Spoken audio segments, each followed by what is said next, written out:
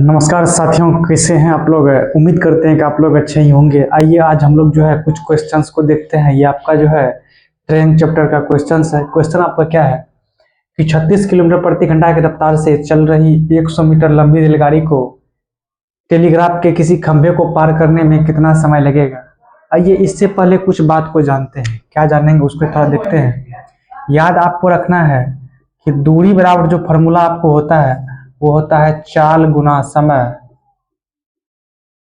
दूरी बराबर क्या फॉर्मूला होता है? चाल गुना समय।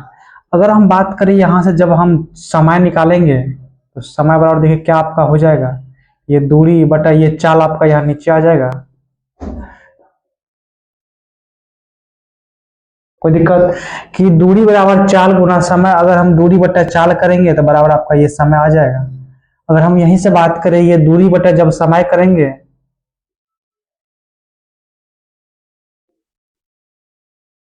फिर आपका क्या आ जाएगा? चाल आ जाएगा। कोई दिक्कत। उसके बाद और देखिए थोड़ा सा क्या होता है। अगर देखिए अगर यहाँ पे दूरी आपका ये किलोमीटर में दिया हुआ है और ये चाल आपको किलोमीटर प्रति घंटा में दिया हुआ है, समझ गए बात को। जब दूरी आपको किलोमीटर में दिया हुआ है और चाल आपको किलोमीटर प्रति घंटा में दिया हुआ है तो उस केस में जो आपका ये समय निकलेगा, ये समय आपको क्या निकलेगा पता है? ये समय आपको घंटा में निकलेगा। कोई दिक्कत। यह सोचिए अगर मान के चलिए दूरी आपको यहाँ मीटर में दिया हुआ है और ये समय जो आपको है ये मीटर प्रति, समय जो आपका है ये यदि सेकंड में दिया हुआ है, सपोज कीजिए जब समय आपका यहाँ सेकंड में दिया हुआ है तो चाल क्या निकलेगा? तो चाल निकलेगा आपका ये मीटर प्रति सेकंड में। कोई दिक्कत। या यही सोचिए ना, अगर यहाँ पे आप ये मान के चलिए कि जब आपको यहाँ दूरी मीटर में दिया हुआ है और ये चाल आपका जब मीटर प्रति सेकंड में दिया हुआ है तो यहाँ जो समय निकलेगा ये आपका सेकंड में निकलेगा। समझ गए बात को। तो मतलब ये सोचना है कि अगर दूरी आपका किलोमीटर में है, चाल किलोमीटर प्रति घंटा में दिया हुआ है तो समय घंटा में निकलेगा। जब दूरी आपको मीटर में दिया हुआ है और चाल आपका मीटर प्रति सेकंड में दिया हुआ है तो समय जो निकलेगा वो आपका सेकंड में निकलेगा। कोई दिक्कत यहाँ तक। उसके बाद देखिए एक बात और क्या याद रखना है कि 18 किलोमीटर बराबर जो होता है वो होता है 5 मीटर प्रति सेकंड। कहने का मतलब हुआ कि 18 किलोमीटर प्रति घंटा यदि किसी व्यक्ति का चाल है तो उसका मीटर प्रति सेकंड में कितना चाल होगा? तो 5 मीटर प्रति सेकंड आपका हो जाएगा। ये याद रखना है मुझे बात को कि जब किसी व्यक्ति का चाल 18 किलोमीटर प्रति घंटा है तो मीटर प्रति सेकंड में उसका चाल कितना हो जाएगा? तो 5 मीटर प्रति सेकंड हो जाएगा। या ऐसा सोचिए ना कि अगर मान के चलिए किसी व्यक्ति का चाल 36 किलोमीटर प्रति घंटा है तो मीटर प्रति सेकंड में कितना? 18 का इकाई गुना दो गुना ना, तो उधर भी दो गुना कर देंगे, ये आपका 10 मीटर प्रति सेकंड हो जाएगा। कोई दिक्कत। अगर मान के चलिए किसी व्यक्ति का चाल आपको 108 किलोमीटर प्रति घंटा दिया हुआ है, इसका चाल मीटर प्रति सेकंड में कितना आपका होगा? ये 18 का इकाई गुना है 6 गुना, इसका भी 6 गुना कर देंगे तो ये आपका 30 मीटर प्रति सेकंड आपका निकल जाएगा। कोई दिक्कत। या आप ये देखे होंगे कि जब भी हमको किलोमीटर प्रति घंटा को मीटर प्रति सेकंड में चेंज करना होता है तो क्या करते हैं? 5/18 से गुना करते हैं, तब ये क्या आपका हो जाएगा? मीटर प्रति सेकंड में हो जाएगा। या जब हम मीटर प्रति सेकंड को किलोमीटर प्रति घंटा में चेंज करेंगे तो 18/5 से क्या करते हैं? गुना करते हैं। मेन बात तो ये है, समझ गए बात को। लेकिन याद रखना हमको ये है कि 18 किलोमीटर प्रति घंटा बराबर 5 मीटर प्रति सेकंड। 18 किलोमीटर प्रति घंटा बराबर 5 मीटर प्रति सेकंड। यदि मान के चलिए कोई आपको बोला है कि किसी व्यक्ति का चाल 54 किलोमीटर प्रति घंटा है तो मीटर प्रति सेकंड में कितना होगा? 18 या 54 3 गुना हो रहा है तो 5 का 3 गुना 15 मीटर प्रति सेकंड आपका हो जाएगा। बस यही बात आपको याद रखना है। कोई दिक्कत।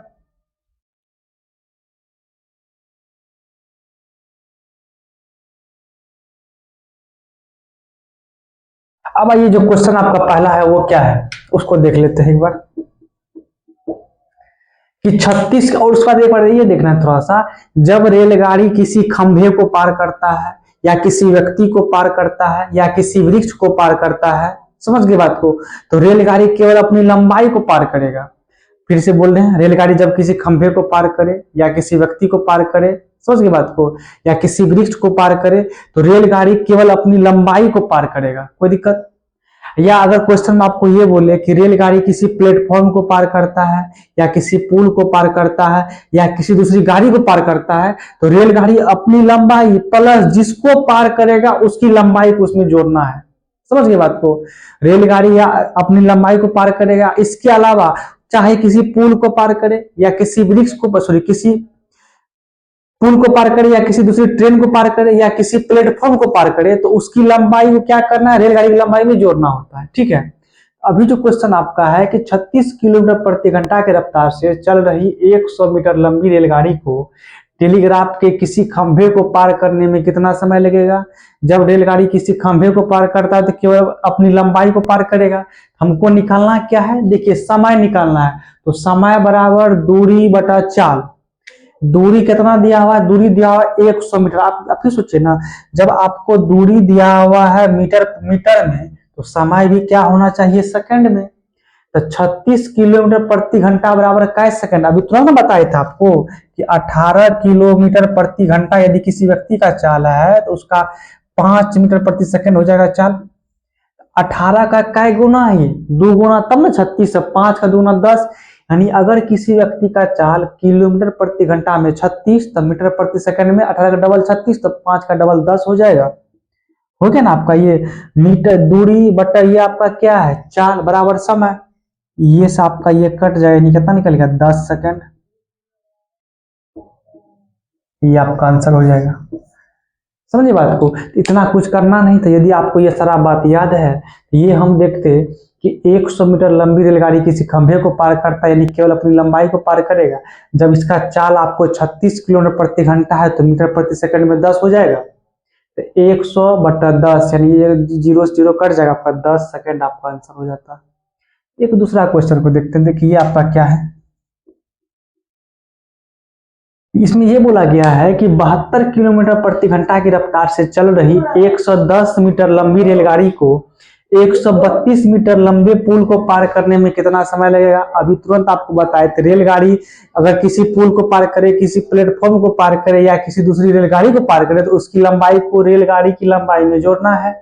तो रेलगाड़ी की लंबाई 110 है, 110 में जब 132 को जोड़ेंगे तो कितना हो जाएगा, 32 10 42, 242 हो जाएगा। एक के बाद हम यहाँ लिख देते हैं 242। ये 242 कहाँ से आया है, रेलगाड़ी की लंबाई। और ये किसको पार कर रहा है, पुल को पार कर रहा है। जिसको भी पार करेगा उसकी लंबाई को रेलगाड़ी की लंबाई में जोड़ देना है। अब इतना दूरी को इसको क्या करना है, पार करना है।